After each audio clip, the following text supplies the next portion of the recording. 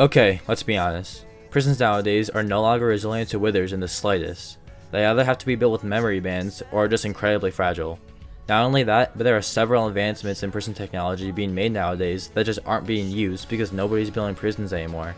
But what if I told you that I made a prison which not only is resilient to withers, but also capitalizes on the advancements made in recent prison history? Welcome to Amethyst Stronghold.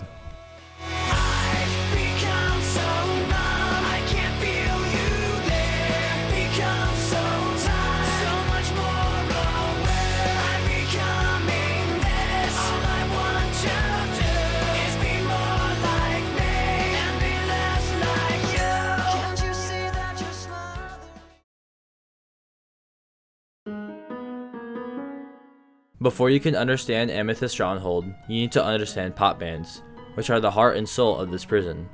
Pot bands, although discovered by multiple people, were independently discovered by Ragul around this time last year. The reason that they're so useful for prisons is because of their massive band range. With regular area bands, their band range can be reduced to 32 by turning down the render distance to the lowest setting. That leaves just 9 blocks of wither defense when factoring in TNT minecart range.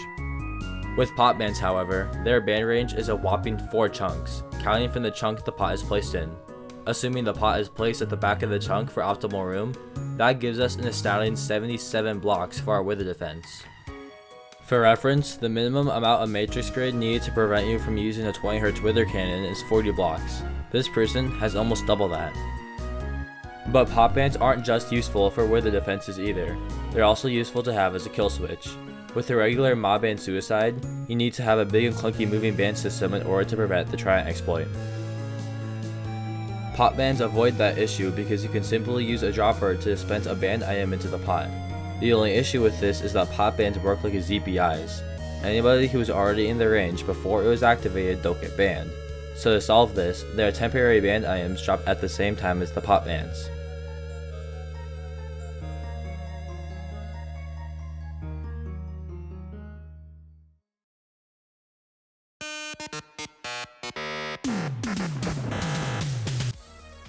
To start off, the prison is surrounded by a ring of outer pot bands to keep you from breaking in from the side. There is also 77 blocks of the greatest wither defense ever created, Matrix Grid. This will significantly hinder anyone from breaking in using withers. Of course, you also need to stop people from breaking in from above and below, so there are both floor and roof detectors on the top and bottom of the prison. Speaking of detection, all of the detection in this prison is completely instant and has no tile ticks. This is because it uses layers of butted pistons and signs, which all activate instantly. At most, it takes 5 game ticks, or 1/4 of a second, to trigger the kill switch.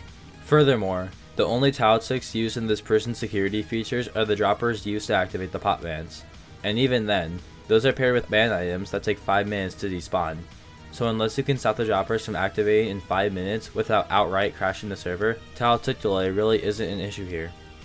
The cell has a floor and roof detector stopping you from breaking out in any way vertically. To stop you from mining out to the side, the cell's walls are right up against the outer band range, so you can't get out that way either.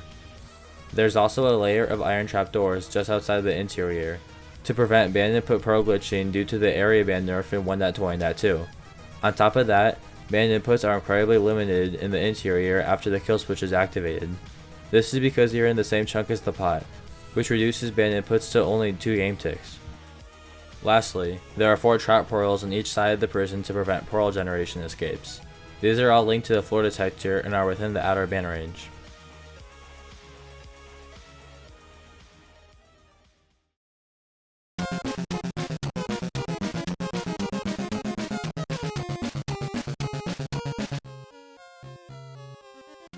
To begin with the entry process, all 4 guards must be in position.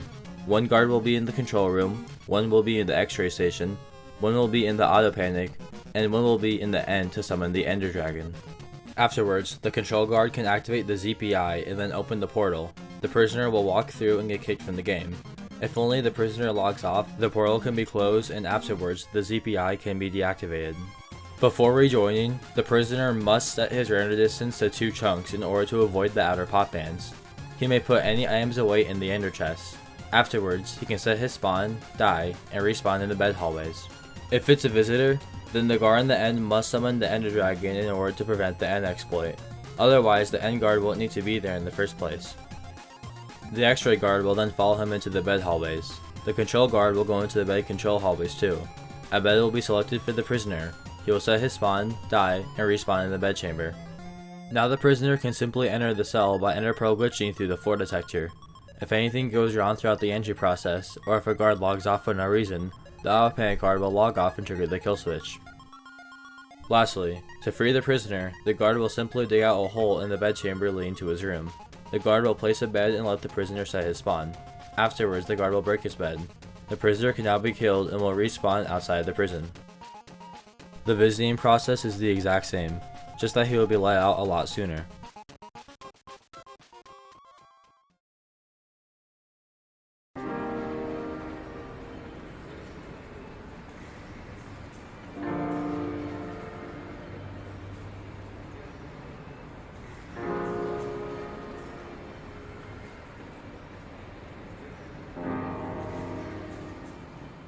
Okay, I want to get into the outro and talk about the state of V1, but first I need to explain something I failed to mention in the video. The kill switch isn't actually a suicide, it's a mercy ban, although it works differently from the one in Mangrove's Eye. Instead of lifting the ban if you can confirm no escapists are logged out in the prison, this mercy ban is only lifted once all of the prisoner sentences are served, no matter what. But there's a problem. Amethyst Stronghold is not a spawn chunks prison. This means the mercy system is unloaded, so someone, presumably the mercy guard, needs to actually walk around the prison to load the mercy system activating. Even then, the center 4 chunks are still left unloaded due to there not being a high enough simulation distance, so someone in the corner of the inside of the prison, presumably a guard, needs to log on to load these chunks as well.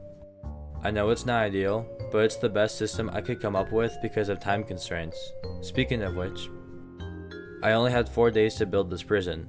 It's because I had just realized the 4th of July was coming up, and I wanted to build a prison to celebrate.